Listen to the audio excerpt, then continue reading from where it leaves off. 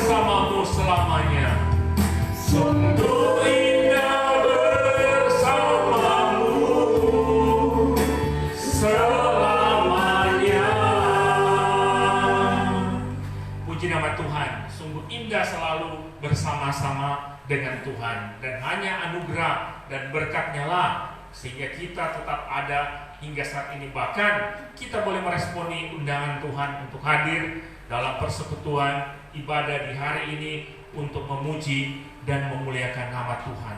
Bahkan terlebih kita percaya perlindungan tetap ada di dalam kehidupan kita. Tuhan yang memberikan perlindungan bagi kita hingga saat ini. Untuk itu mari kita senantiasa memuji dan memuliakan nama Tuhan Allah kita. Sambil berdiri, mari kita beri kemuliaan kepada Tuhan dengan kita mengatakan, "Ku beri kemuliaan" lewat pujian ini.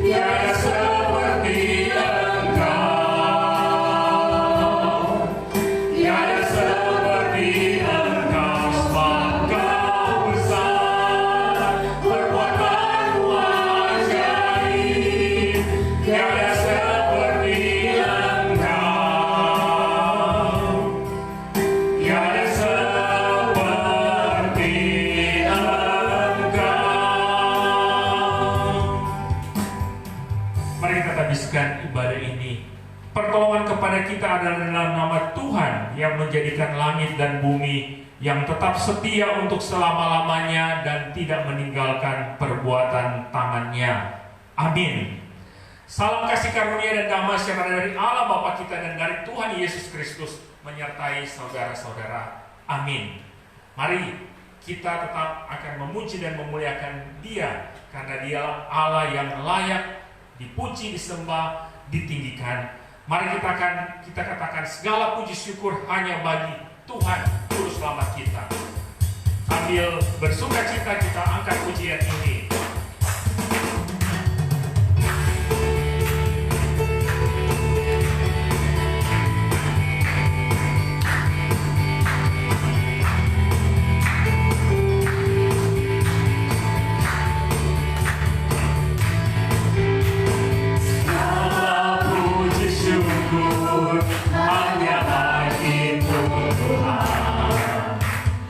Sebab Kau yang layak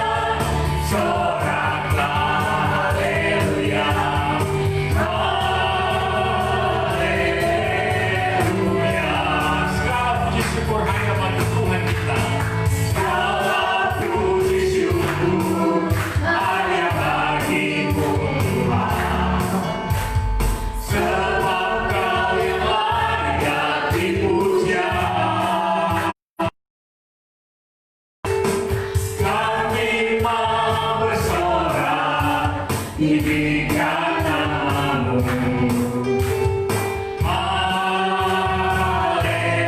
Haleluya. Soraklah haleluya, soraklah haleluya. Haleluya. Soraklah haleluya, soraklah haleluya. Haleluya. Sorak haleluya.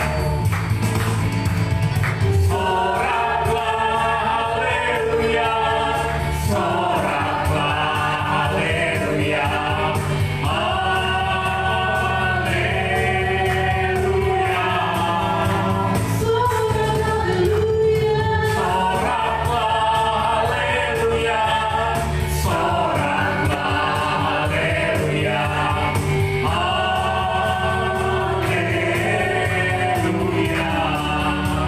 Puji nama Tuhan, kita senantiasa bersorak karena Tuhan Allah, Tuhan yang baik bagi kita semua. Mari saat ini kita katakan lagi pujian yang mengatakan, ku masuki gerbangnya dengan hati bersyukur. Karena Dia kirangkan kita, keselamatan telah menjadi bagian kita sehingga kita boleh senantiasa bersuka cita.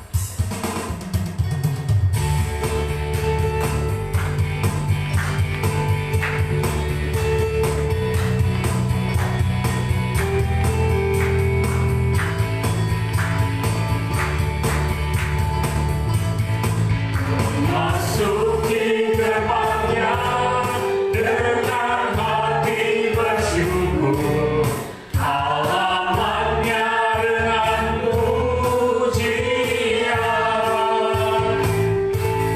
Kataku hari ini harinya Tuhan, ku bersuka sepanjang kirangkanmu. Dia kirangkanku, oh Dia kirangkanku. Dia kirangkanku, oh Dia kirangkanku, ku bersuka sepanjang kirangkanku. Oh, Dia kirangkanku, oh Dia kirangkanku, ku bersuka sepanjang kirangkanku. Puji nama Tuhan, segala pujian bagi Tuhan saja. Silakan duduk, Bapak Ibu Saudara yang dikasih Tuhan. Di dalam kehidupan yang sementara kita jalani, kita tahu Allah menghendaki agar kita mengikuti apa yang dikehendakinya, mengikuti apa yang diperintahkannya, mengikuti apa yang difirmankannya. Tapi terkadang kita memilih jalan yang salah. Kita melakukan apa yang diinginkan oleh hati kita, apa yang diinginkan oleh pikiran kita, oleh jalan kita sendiri, yang berakibat kita berbuat dosa di hadapannya, berbuat dosa bagi sesama, bahkan bagi diri kita sendiri. Tapi syukur kepada Allah, jika kita mengakui dosa dan kesalahan kita, maka Allah akan mengampuni dosa dan kesalahan kita. Yesaya 43 ayat 25-26 tertulis, akulah Dia yang menghapus dosa pemberontakanmu, oleh karena aku sendiri dan aku tidak mengingat-ingat dosamu. Ingatlah aku, marilah kita berperkara, kemukakanlah segala sesuatu supaya engkau nyata benar. Mari sebelum kita datang kepada Tuhan, berdoa secara pribadi kepada Tuhan. Mari kita katakan pujian, oh Tuhanku, sucikan hatiku, ujilah hati dan pikiranku.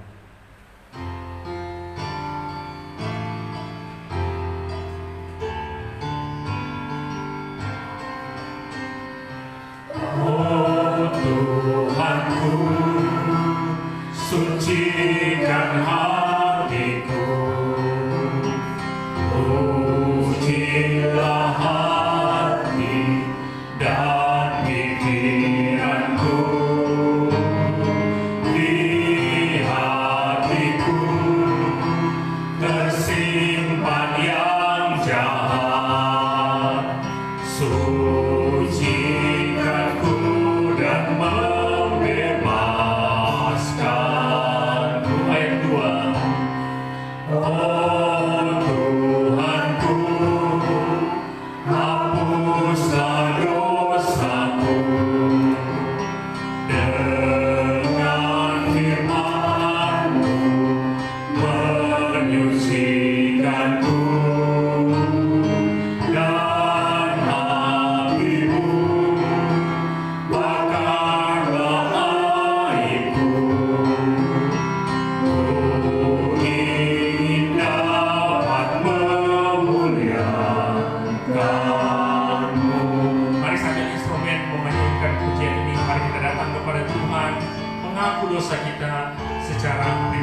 di hadapan Tuhan.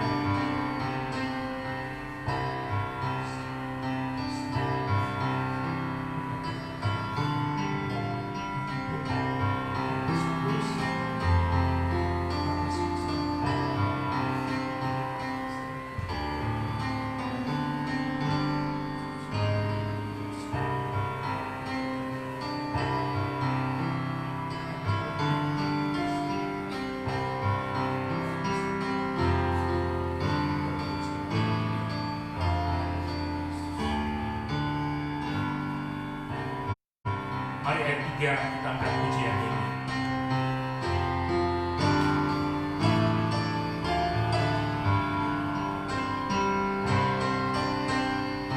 Oh Tuhanku, ku serahkan diriku, penuhi aku dengan kasih-Mu.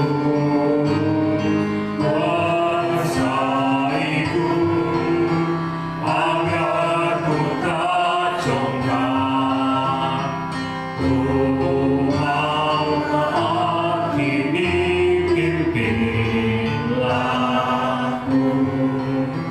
Terima kasih Tuhan, kami percaya Engkau mengampuni setiap dosa dan kesalahan kami.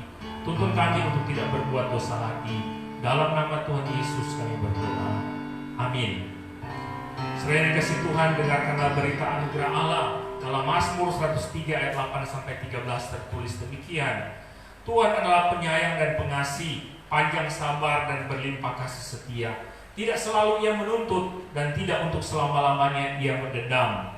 Tidak dilakukannya kepada kita setimpal dengan dosa kita, dan tidak dibalaskannya kepada kita setimpal dengan kesalahan kita.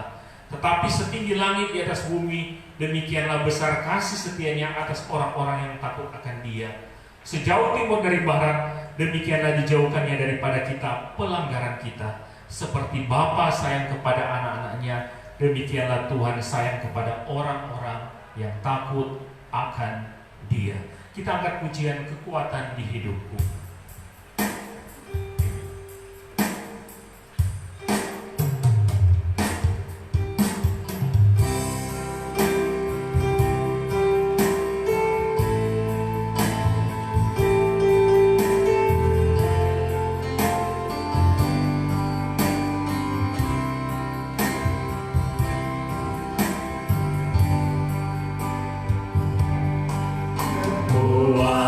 Kuatkan di hidupku, ku dapat dalam Yesus. Dia tak pernah tinggalkanku, setia menopangku. Berseru, berharap dalam Yesus. Ajaib Kau Tuhan, penuh kuasa, sanggup pulihkan keadaan.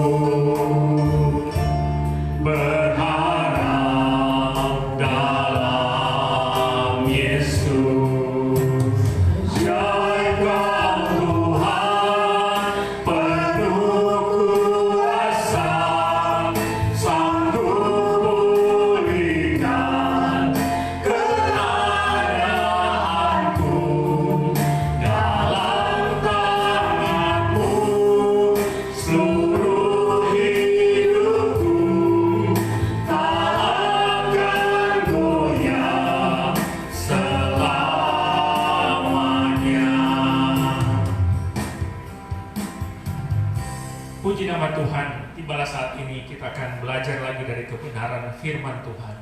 2 Timotius 3:16-17 tertulis, segala tulisan yang diilhamkan Allah memang bermanfaat untuk mengajar, untuk menyatakan kesalahan, untuk memperbaiki kelakuan, dan untuk mendidik orang dalam kebenaran. Mari kita siapkan hati dan pikiran kita, arahkan hati kepada Tuhan untuk mendengar firman Tuhan yang akan disampaikan oleh hambanya Evangelis Merlin Mukalu. Dalam persiapan kita angkat pujian, berikan ku hati seperti hatimu.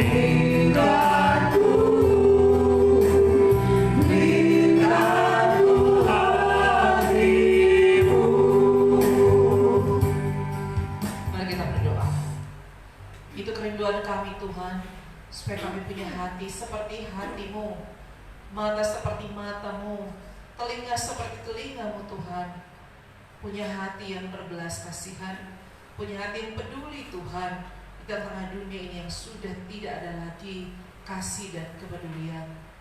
Kami rindu Tuhan menjadi seperti Engkau Tuhan. Tetapi kami terbatas. Kami manusia yang sungguh terbatas. Untuk itu kami butuh Engkau lewat firman-Mu untuk boleh menuntun dan meneguhkan kami, mengarahkan kami Tuhan, bagaimana punya hati, punya mata, punya telinga seperti Engkau. Pimpin kami saat ini Tuhan. Saat kami akan membaca bagian firman-Mu, kami akan dituntun Tuhan bersama-sama dengan pengertian-pengertian kiranya daripada Tuhan, sehingga betul-betul kami boleh menjadi anak-anak Tuhan, anak-anak-Mu Tuhan yang punya hati seperti hati-Mu. Pimpin hamba-Mu yang akan menyampaikan firman Tuhan. Di dalam keterbatasan hamba-Mu ini, Tuhan kiranya menolong, menguatkan, memampukan dengan hikmat Tuhan. Bukan kekuatan hamba-Mu, tetapi hikmat-Mu yang menuntun. Terima kasih kami menyerahkan waktu pembacaan perenungan firman Tuhan di saat ini hanya di dalam nama Yesus Kristus. Amin. Ya, shalom bagi kita semua. Ya, puji Tuhan, kita bersyukur. Apa yang kita mau katakan sekali lagi, Tuhan Yesus baik. Dia menuntun kita sampai saat ini cuma karena anugerah dan kebaikan kasih Tuhan. Kita bersyukur tiap-tiap hari Tuhan ada dan hadir di dalam kehidupan kita. Nah, Bapak Ibu Saudara, di satu waktu ada seorang wanita Ya, di malam yang sudah hampir larut, seorang wanita, dia sepertinya sudah kehilangan pengharapan. Dia sudah tidak berdaya, dia tidak tahu harus berbuat apa ketika pergumulan, tantangan kehidupan begitu menghimpit dia. Sehingga dia mengambil keputusan bahwa dia harus mengakhiri hidupnya saat itu juga. Kala itu dia berjalan-jalan, dia berhenti di satu tempat, di tengah-tengah keramaian, hilir mudi kendaraan yang begitu padat. Dia mengambil keputusan itu bahwa saya tidak berguna lagi, tidak berdaya lagi, tidak ada gunanya saya hidup di dunia ini, saya sendiri. Pada saat dia mengambil keputusan itu, di hati kecilnya tetap ada satu ketakutan bahwa ini salah, ini tidak benar, ini salah. Di dalam pemikirannya, di dalam situasi memilih untuk mengakhiri hidupnya atau tidak, dia tidak sadar bahwa dia ada di tengah keramaian saat itu. Orang-orang di tengah padatnya jembatan saat itu, ya jembatan Seattle. Dia tidak sadar bahwa ada banyak orang, ada banyak kendaraan lalu lalang, dan mereka meneriaki dia, mengutuki dia. Cepat, jangan menghalangi jalan kami. Dan yang lain berkata, cepat kalau mau bunuh diri, bunuh saja dirimu saat ini, jangan menghalangi jalan kami. Ini padat, ini situasi kami buru-buru dan lain sebagainya. Di tengah himpitan, di tengah tekanan seperti itu, pada akhirnya dia memilih untuk mengakhiri hidupnya. Dan dia melompat dari jembatan yang kalau tidak salah ketinggiannya sekitar 40-an meter lebih. Tapi syukurlah dia selamat. Ketika dia ada di rumah sakit, banyak warga yang merasa bersalah ya karena mengutuki dia, menekan dia saat itu. Mereka mengirimkan bunga tanda penyesalan atas kejadian tersebut. Namun beberapa warga pengguna jalan marah dan mereka menghubungi surat kabar setempat, kemudian menyalahkan wanita itu karena tidak memilih tempat yang tepat untuk mengakhiri hidupnya. Kenapa dia harus mengakhiri hidupnya di tengah situasi yang ramai? Kenapa dia tidak memilih tempat yang sepi untuk mengakhiri hidupnya? Bapak Ibu Saudara, kita yang mendengar kisah ini pasti miris ketika kita semua punya hati yang peduli. Tetapi di tengah arus modernisasi saat ini menyebabkan kepedulian terhadap sesama menjadi tindakan yang sangat-sangat langka. Kata peduli ini cuman boleh kata hanya sepenggal kata yang sederhana beberapa huruf saja. Tetapi kata ini begitu mudah diungkapkan oleh banyak orang, tetapi pada praktiknya kata peduli ini begitu sulit untuk diwujud nyatakan. Padahal sebenarnya peduli ini merupakan satu tindakan, bukan hanya sekedar kata, tapi satu tindakan, satu keputusan yang harus direalisasikan di dalam kehidupan baik pribadi, bahkan secara khusus di tengah-tengah kehidupan umat Tuhan, di tengah-tengah gereja pada khususnya, untuk menumbuh kembangkan sikap peduli terhadap sesama sebagaimana Kristus telah meneladankan bagi kita. Artinya gereja Tuhan saat ini sudah harus menyatakan kepedulian sehingga dunia tahu pun siapa Kristus yang sudah terlebih dahulu peduli terhadap kita manusia. Kepedulian Tuhan, kasih Tuhan diwujud nyatakan lewat kedatangannya bagi kita manusia yang tidak layak, yang berdosa. Nah, mari kita lihat bersama-sama satu kisah yang luar biasa yang Tuhan Yesus ceritakan kepada umat Tuhan saat itu, secara khusus kepada ahli Taurat yang mempertanyakan kepada dia, siapa sih sebenarnya, apa sih yang harus dilakukan untuk peroleh hidup kekal? Dan Tuhan menjawab, apa yang kamu tahu? Oh, kasihlah Tuhan dengan segenap hatimu, kasihlah sesama. Ya, Tuhan bilang itu. Tapi mereka masih bertanya, siapa sih sesama kami itu? Nah, mari kita lihat di dalam kitab Lukas pasal 10. Lukas pasal 10 kita akan baca di bagian yang menjadi inti kisah yang Tuhan Yesus ceritakan kepada orang-orang saat itu untuk mau menggambarkan siapa sesama dan bagaimana kepedulian itu. Di dalam Lukas pasal 10 ayat, kita baca ayat 30 sampai ayat yang ke 37. Saya akan membacakan bagi kita semua, mari kita menyimak di Alkitab kita masing-masing. Lukas pasal 10 ayat 30. Jawab Yesus, adalah seorang yang turun dari Yerusalem ke Yeriko. Ia jatuh ke tangan penyamun-penyamun yang bukan saja merampoknya habis-habisan, tetapi yang juga memukulnya, dan yang sesudah itu pergi meninggalkannya setengah mati. Kebetulan ada seorang imam turun melalui jalan itu. Ia melihat orang itu, tetapi ia melewatinya dari seberang jalan. Demikian juga seorang Lewi datang ke tempat itu. Ketika ia melihat orang itu, ia melewatinya dari seberang jalan. Lalu datang seorang Samaria yang sedang dalam perjalanan ke tempat itu. Dan ketika ia melihat orang itu, tergeraklah hatinya oleh belas kasihan. Ia pergi kepadanya, lalu membalut luka-lukanya, sesudah ia menyiraminya dengan minyak dan anggur. Kemudian ia menaikkan orang itu ke atas keledai tunggangannya sendiri, lalu membawanya ke tempat penginapannya dan merawatnya. Keesokan harinya, ia menyerahkan 2 dinar kepada pemilik penginapan itu, katanya, rawatlah dia, dan jika kau belanjakan lebih dari ini, aku akan menggantinya waktu aku kembali. Ayat 36. Siapakah di antara ketiga orang ini menurut pendapatmu adalah sesama manusia dari orang yang jatuh ke tangan penyamun itu? Jawab orang itu, orang yang telah menunjukkan belas kasihan kepadanya. Kata Yesus kepadanya, pergilah dan perbuatlah demikian.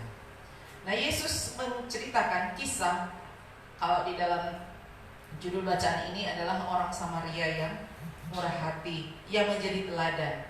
Kalau boleh dikatakan ada beberapa kelompok orang yang saat itu melakukan perjalanan di tempat atau jalur yang sama. Di sini dikatakan ayat yang ke-30, ada seorang yang turun dari Yerusalem ke Yeriko.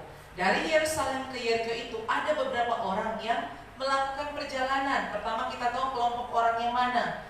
Mereka adalah seorang yang dipukuli, ya. Dia melakukan perjalanan, pastinya dia membawa banyak barang-barang berharga. Kemudian kelompok orang yang mana lagi? Yang merampok, boleh dikata punya tujuan dalam melakukan perjalanan. Mungkin yang pertama melakukan bisnis, yang kelompok yang kedua melakukan perjalanan untuk apa? Punya satu tujuan untuk melakukan kejahatan, mendapatkan keuntungan. Kelompok orang yang selanjutnya adalah seorang imam. Dia akan melakukan perjalanan pelayanan, boleh dikata. Dia melewati jalan tersebut. Kemudian kelompok yang berikutnya, orang Lewi melakukan perjalanan, bisa saja di dalam melakukan perjalanan itu dia melakukan pelayanan atau apa. Kemudian ada satu kelompok lagi atau satu orang lagi, seorang Samaria yang juga melakukan perjalanan, dan mereka semua melewati tempat yang sama. Dari Yerusalem menuju ke Yeriko. Tujuan dengan tujuan yang berbeda. Ya, seorang yang dipukuli dia melakukan satu tujuan untuk melakukan hal yang baik pastinya.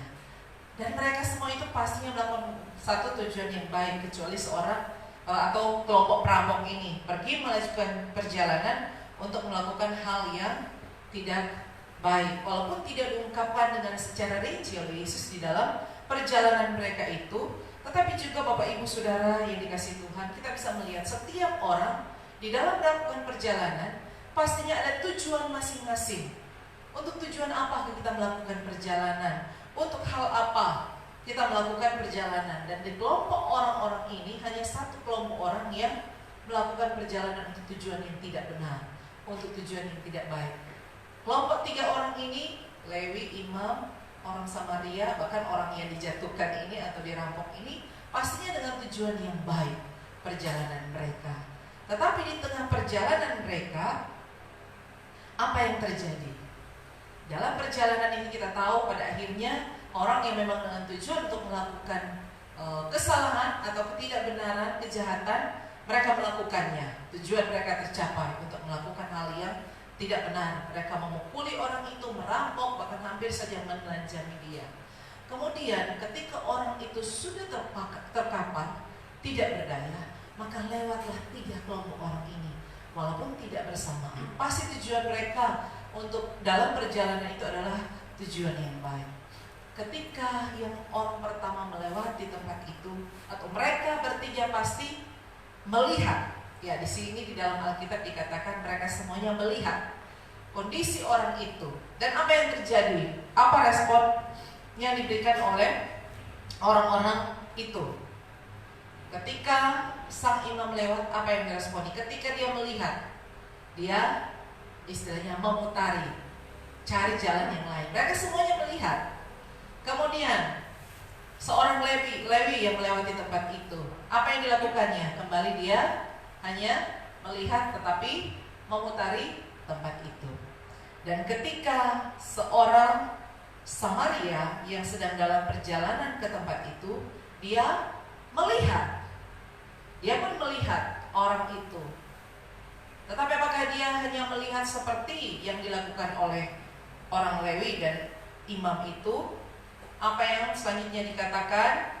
Datang seorang Samaria dan sedang dalam perjalanan ke tempat itu, dan ketika ia melihat orang itu, artinya ketiga-tiganya melihat orang itu, tergeraklah hatinya oleh belas kasihan.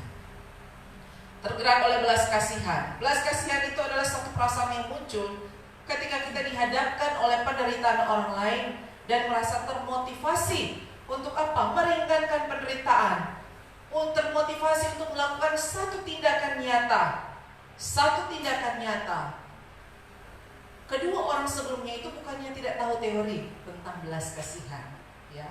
Yesus menggambarkan dengan gamblang orang-orang yang justru tahu hukum-hukum Tuhan, bagaimana mengasihi, bagaimana peduli, bagaimana berbelas kasihan. Mereka tahu dengan jelas, itu teori itu sudah penuh di dalam kepala mereka. Tetapi ketika mereka melihat, mereka sama-sama melihat, mereka memilih untuk meresponi dengan cara yang berbeda. Yang orang yang mengerti benar, mereka justru memutari. Artinya apa? Mungkin dalam pikiran mereka, nanti saya kena, saya jijik melihat, pasti orang itu sudah sangat mengerikan kondisinya. Dia dipukuli hampir mati, sudah hampir terlanjang, pasti kondisinya sangat mengenaskan.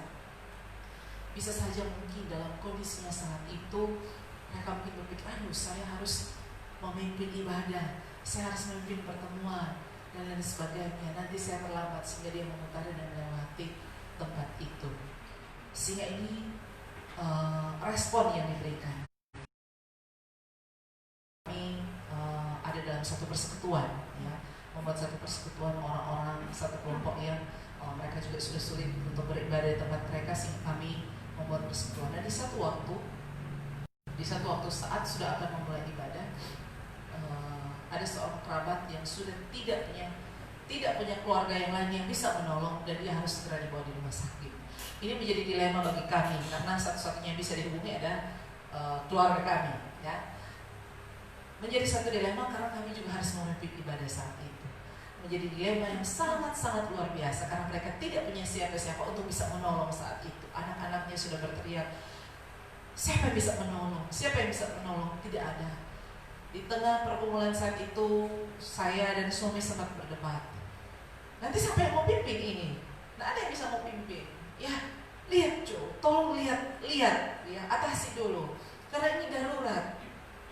Ini nanti siapa yang mau khotbah? Tapi pada akhirnya keputusan dipilih bahwa harus dilihat orang yang sudah, boleh kata kalau tidak segera bawa di rumah sakit, tidak segera ditangani saat itu, mungkin ya kita tidak tahu, ya, semua kedaulatan Tuhan, tetapi secara medis bisa saja sudah tidak bisa tertolong. Ini menjadi satu pergumulan yang luar biasa antara kepedulian dan tugas tanggung jawab. Tetapi pada akhirnya tidak ada penyesalan ketika kami memilih untuk peduli, karena pasti Tuhan tolong, diberikan pengertian kepada orang-orang sehingga pada akhirnya semua tetap berjalan kembali secara baik. Dan pastinya Bapak Ibu Saudara, kita juga seringkali dihadapkan dengan pilihan-pilihan.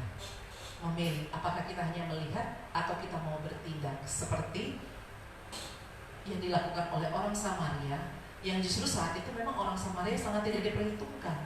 Orang yang mungkin bagi orang-orang, sebagian orang saat itu yang merasa bahwa mereka betul-betul orang yang beragama, bahwa mereka itu adalah sampah masyarakat. Mereka yang sangat tidak diperhitungkan saat itu. Tetapi di dalam tindakan nyata, ternyata orang Samaria memilih untuk meresponi dengan benar, mengambil tindakan yang benar. Belas kasihan ditunjukkan oleh orang Samaria saat itu. Dan boleh dikatakan Injil Lukas yang mencatat, ya, hanya Lukas yang mencatat perumpamaan tentang orang Samaria.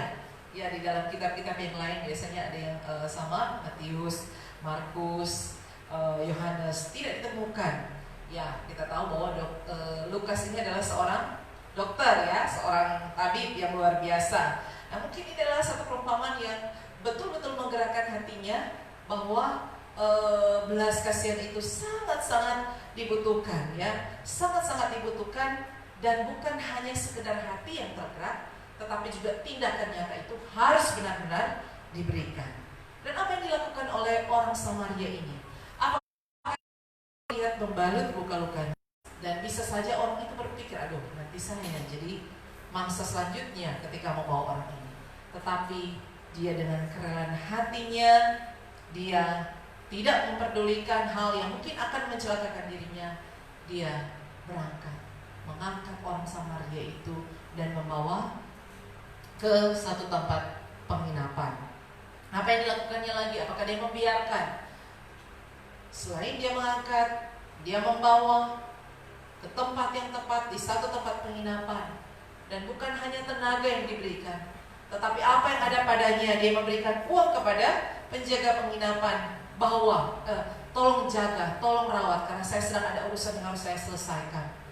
Setidaknya dia sudah memberikan pertolongan pertama yang membuat orang itu tidak sampai kehabisan nafas atau kehilangan nyawanya. Dan dia memberikan apa yang dia miliki kepada penjaga penginapan, sehingga tindakannya atau belas kasihan menggerakkan dia untuk bertindak dengan penuh kasih sayang. Dan apa yang dilakukannya, dia bukan hanya meninggalkan dengan cara, ya sudah, kita tugas sudah selesai, tugas saya sudah selesai, tetapi dia mau memberikan yang terbaik. Biasanya mungkin dia menyimpan miliknya, kan sudah saya tolong, kan sudah selesai, sudah tugas saya sudah selesai. Tetapi dia memberikan perhatian dengan penuh murah hati, melibatkan juga penjaga penginapan yang ada saat itu. Bapak Ibu Saudara, apa yang digambarkan oleh Tuhan Yesus itu begitu lengkap. Bagaimana tindakan peduli kasih itu harus dilakukan. Saat kita diberikan mata untuk melihat ataupun mendengar, orang itu pasti bukan hanya melihat, tapi dia pasti mendengar rintihan dari sang orang yang dirampok saat itu.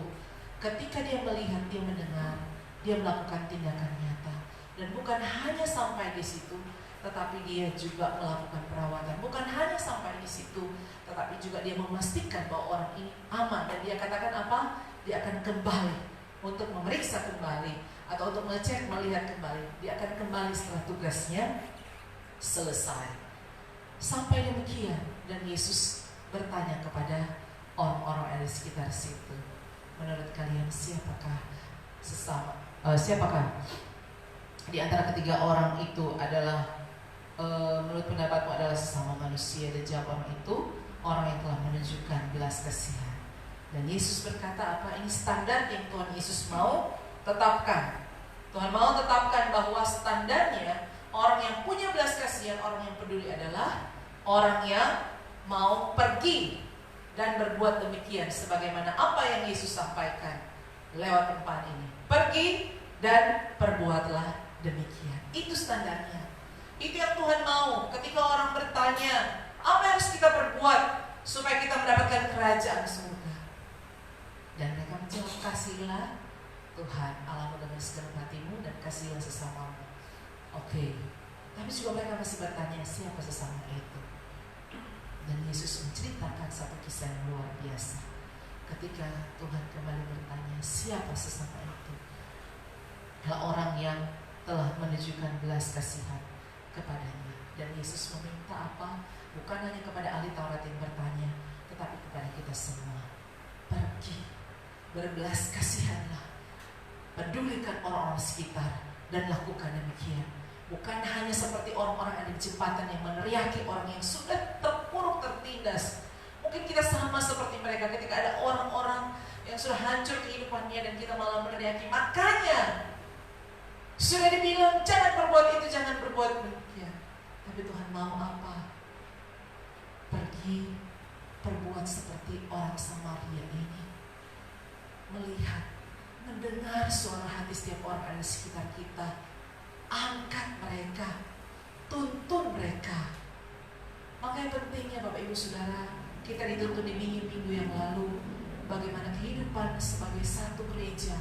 Di minggu ini kita belajar mengenai gereja yang peduli. Minggu lalu kita sudah belajar bagaimana gereja yang mau, gereja yang ada dalam penggembalaan, gereja yang mau dimuridkan. Itu menjadi satu bagian kepedulian gereja untuk ada bersama-sama, bukan hanya satu waktu, bukan hanya satu detik, satu minggu, tetapi sepanjang kehidupan orang-orang sebagai satu bagian keluarga Kristen, keluarga Allah yang boleh saling menopang, saling menuntun satu dengan yang lainnya. Kepedulian terhadap sesama harus dimiliki sebagai satu rasa yang lahir dari kerelaan memberi diri. Dalam hal ini kita sendiri, Tuhan memberikan kepada kita kebebasan untuk bertindak. Tetapi kisah orang Samaria ini menunjukkan kepada kita waktu Tuhan menceritakan bagaimana kepedulian itu yang lahir harus dari kesadaran yang murni. Orang Samaria ini tidak mengenal siapa orang yang jatuh itu, tetapi dia melakukan dengan segenap hati. Kepedulian terhadap sesama yang kita miliki sebenarnya adalah respon kasih Tuhan yang begitu besar di dalam kehidupan kita. Kalau bukan karena Tuhan dan kasih-Nya kepada kita yang sudah berkorban, Tuhan tidak menuntut banyak hal. Cuma Dia katakan kasihilah dia dengan segenap hati dan kasih sesama dengan segenap hati. Bukan kita membalas, tetapi rasa syukur kita. Maka Tuhan mau juga kita melihat setiap orang adalah bagian dari keluarganya. Seorang dokter, Pak O'Brien, dia seorang misionaris medis yang tinggal di India. Dia mencermati satu fenomena yang luar biasa, yang bagi dia sebenarnya tidak lazim, ya. Waktu di rumah sakit tempat dia melayani, ketika seorang pasien di dalam masa pemulihan pasca operasi, dia melihat keluarga pasien itu biasanya akan datang, ya, akan datang. Mereka datang membawa makanan yang hangat, panas, ya, berupa sup yang panas, kemudian menyuapi. Ya, saya pikir ini sama juga dengan kita, ya, yang ada di Manado sini. Bahkan secara umum lah, orang Indonesia, ketika ada keluarga yang sakit, kita pasti akan merawat. Tapi yang menarik menurut dia, di tengah era yang sudah semakin mungkin modern, bagi dia ini hal yang luar biasa. Keluarganya akan datang memberikan makanan yang panas atau yang hangat, menyuapi mereka. Kemudian pada malam saat waktunya tidur, maka keluarga pasiennya akan tidur di kolong tempat tidur dari si pasien. Ketika si pasien mengeluh, maka mereka akan memijat-mijat, mengusap-usap sang pasien ketika mereka kesakitan, memijat-mijat sampai sang pasien tertidur. Berulang kali hal itu dilakukan. Ya.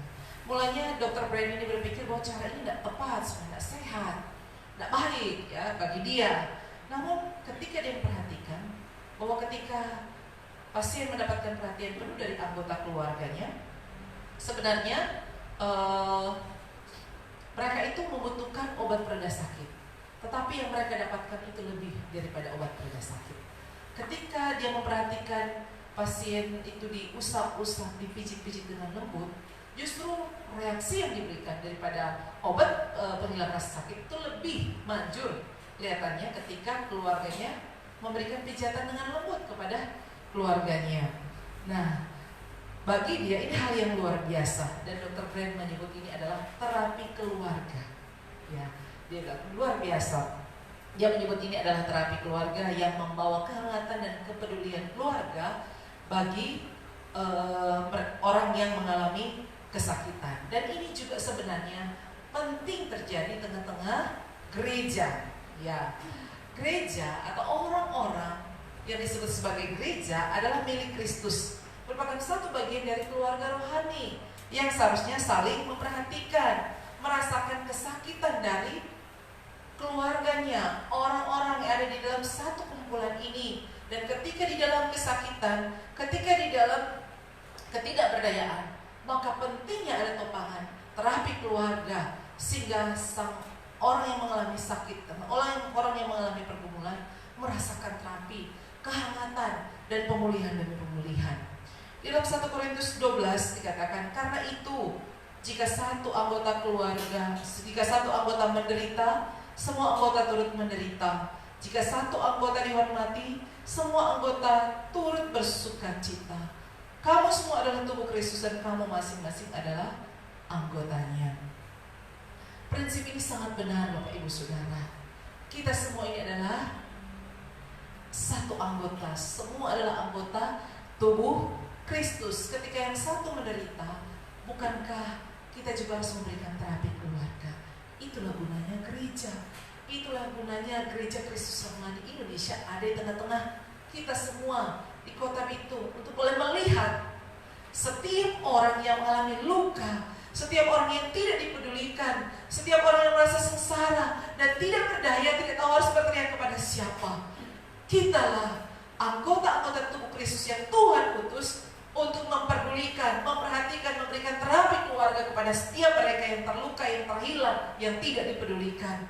Untuk mereka boleh datang dan melihat kasih Kristus yang telah membalut setiap dosa kita. Manusia yang tidak berdaya, manusia yang tidak layak di hadapan Tuhan. Tetapi oleh karena kasih yang besar, Dia tidak memandang kepada kita. Dia tidak memandang kepada kita yang harusnya dimurkai oleh Allah. Tapi Dia melihat kita sebagai pesakitan-pesakitan yang butuh terapi ini, yang butuh kepedulian daripada Dia, sehingga Dia memberikan hidupnya bagi kita. Sehingga menjadi pertanyaan coba bagi kita, siapa saya dan saudara? Sehingga kita melewati, kita tidak memperhatikan, kita tidak memperdulikan orang-orang sekitar kita. Kitalah utusan Tuhan. Tuhan memberitakan, Tuhan menetapkan satu standar bagi kita. Pergi dan perbuat demikian. Pergi, pedulikan, berbelas kasihan kepada setiap orang yang membutuhkan belas kasihan dan kepedulian kita, umat Tuhan. Jadi Tuhan menolong kita, memampukan kita semua untuk menjadi orang-orang yang peduli kepada sesama kita. Mari kita berdoa. Tuhan, terima kasih Engkau mengingatkan kami saat ini untuk punya hati yang berbelas kasihan, peduli kepada sesama kami. Di tengah dunia semakin modern ini Tuhan, di tengah individualitas Tuhan, ego manusia yang menguasai setiap hati, berikan kami hati seperti hati-Mu, hati yang mau berbelas kasihan, hati yang memandang setiap yang terluka dan terhilang untuk boleh datang kepada-Mu Tuhan. Mampukan kami Tuhan, tolong kami semua Tuhan, sehingga hati kami penuh dengan hati yang kasih seperti kasih-Mu kepada kami. Dalam nama Yesus kami berdoa dan memohon kepada-Mu. Amin.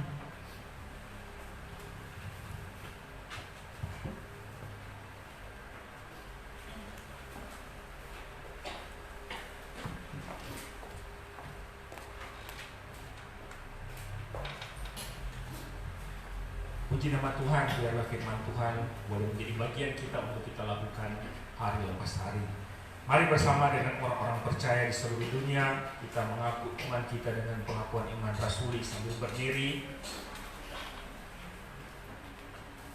Mari kita katakan, aku percaya kepada Allah Bapa yang Maha Kuasa, Khalik langit dan bumi, dan kepada Yesus Kristus, Anak yang tunggal Tuhan kita, yang dikandung daripada Roh Kudus, lahir dari anak darah Maria, yang menderita sengsara di bawah pemerintahan Pontius Pilatus, disalibkan, mati dan dikuburkan, turun ke dalam kerajaan maut.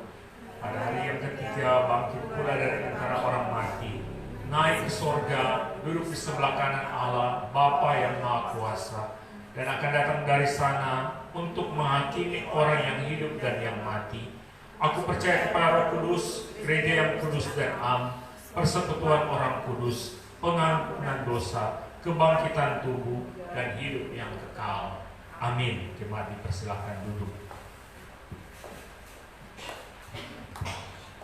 Saudara-saudara yang dikasihi Tuhan Yesus Kristus, Roma 12 ayat 1 tertulis, karena itu saudara-saudara, demi kemurahan Allah aku menasihatkan kamu, supaya kamu mempersembahkan tubuhmu sebagai persembahan yang hidup, yang kudus dan yang berkenan kepada Allah. Itu adalah ibadahmu yang sejati.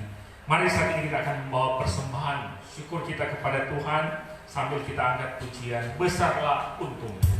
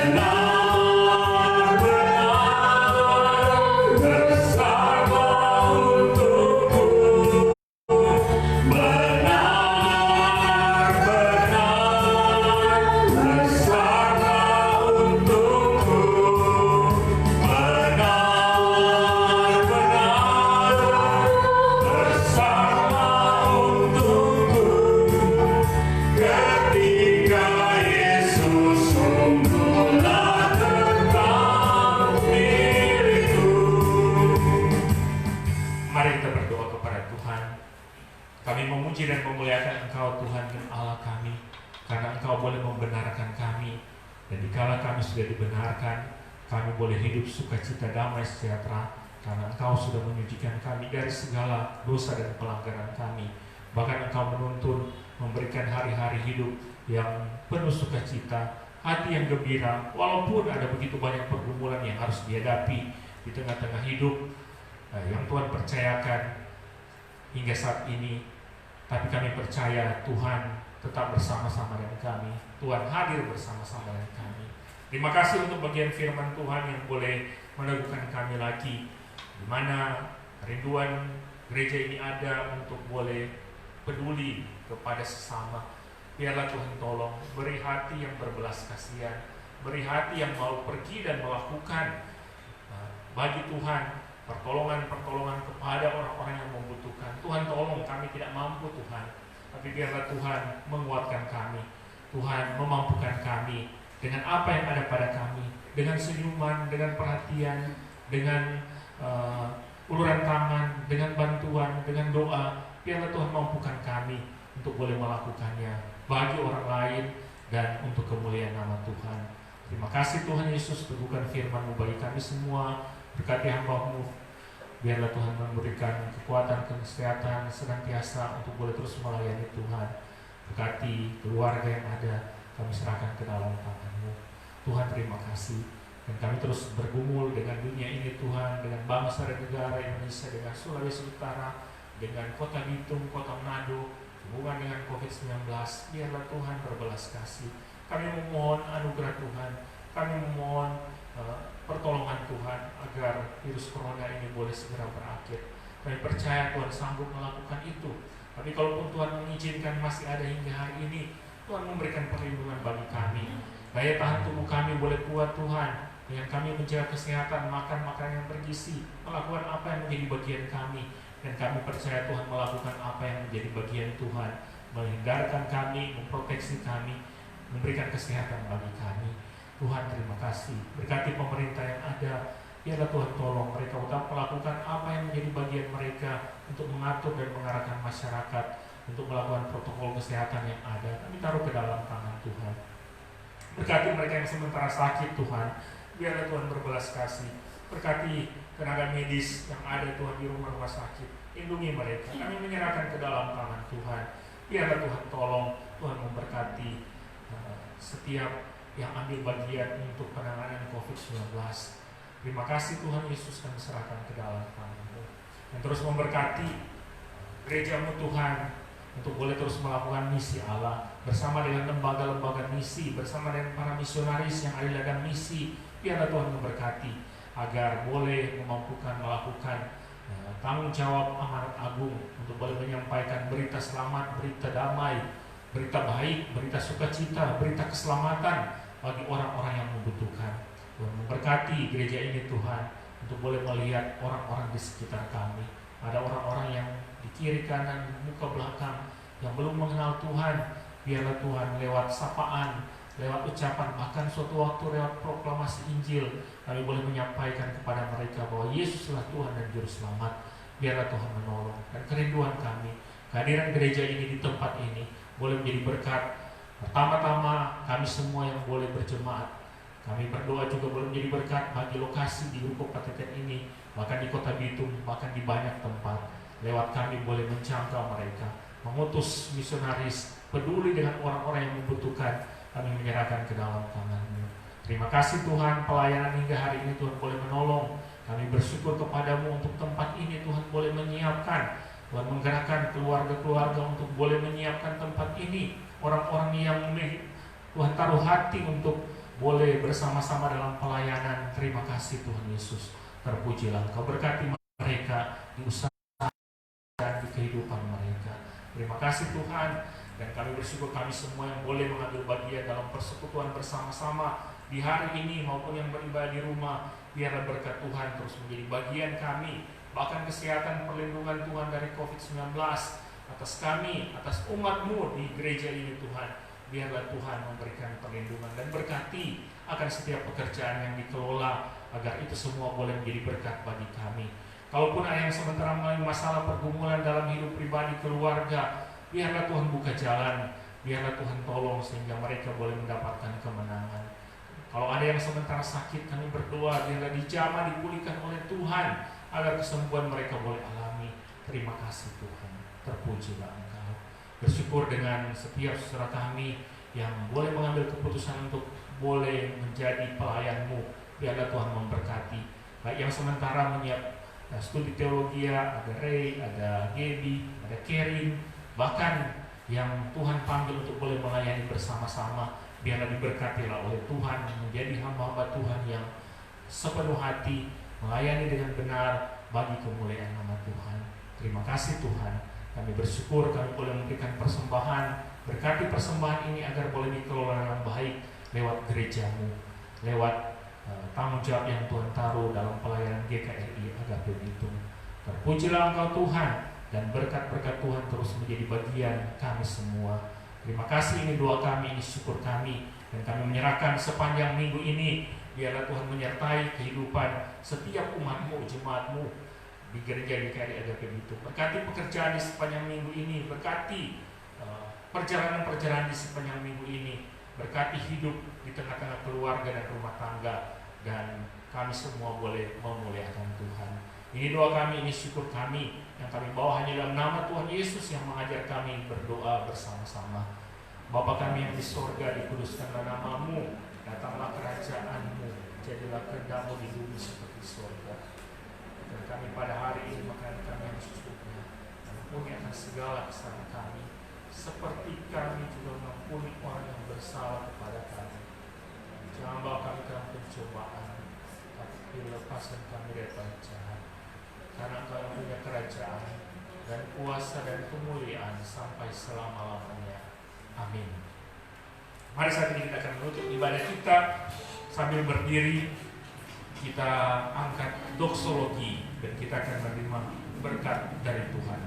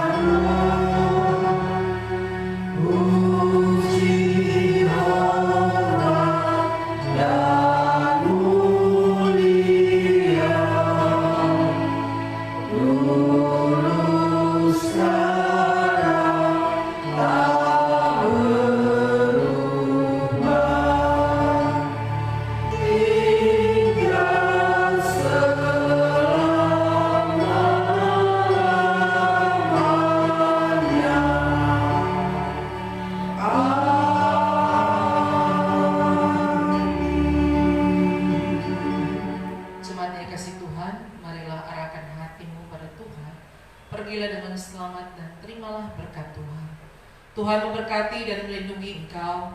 Tuhan menyinari dengan wajah-Nya dan memberi engkau kasih karunia. Tuhan menghadapkan wajah-Nya kepadamu dan memberi engkau damai sejahtera sekarang ini sampai selama-lamanya. Amin.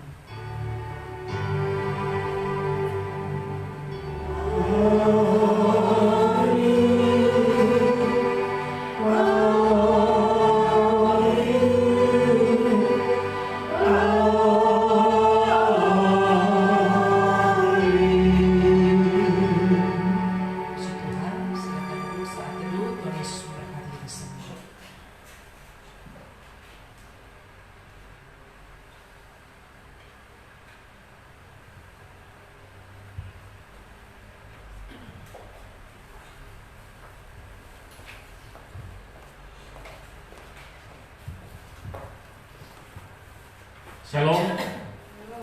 Puji nama Tuhan, kita bersyukur ibadah di hari Minggu tanggal 12 Juli di hari ini boleh terselenggara dengan baik. Biarlah segala pujian dan kemuliaan hanya bagi Tuhan. Dan untuk informasi warta jemaat nanti setelah ini akan dikirim di grup. Kemudian ibadah di sepanjang minggu ini hari Selasa, Rabu dan Jumat ada 2 pagi setiap jam 7. Kemudian hari Kamis ada ibadah doa APF jam 7 malam di gereja ini. Minggu depan kita akan beribadah lagi bersama-sama di hari Minggu jam 9.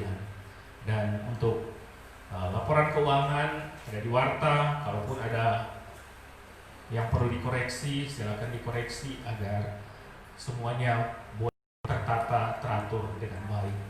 Dan sekaligus untuk protokol kesehatan, kita berusaha melakukan apa yang menjadi bagian kita. Selama ibadah sebaiknya yang bisa pakai masker supaya kita semua terhindar. Ada pelindung wajah yang mau pakai juga silakan tersedia. Silakan. Yang mau bawa pulang bisa juga bawa pulang. Yang ada berkat lebih mau mengganti ongkos pembelian boleh. Yang ada juga silakan untuk bisa digunakan di rumah. Kalaupun masih tinggal sudah bisa ditulis nama supaya minggu depan datang boleh pakai lagi. Jadi itu disiapkan semuanya. Dan puji Tuhan semua masuk cuci tangan. Nanti pulang lagi sebaiknya cuci tangan supaya kita semua boleh melakukan apa yang menjadi bagian kita sambil terus berdoa perlindungan Tuhan dari COVID-19 kita semua yang hadir maupun yang ada di rumah. Tuhan Yesus memberkati kita semua. Shalom, selamat hari Minggu.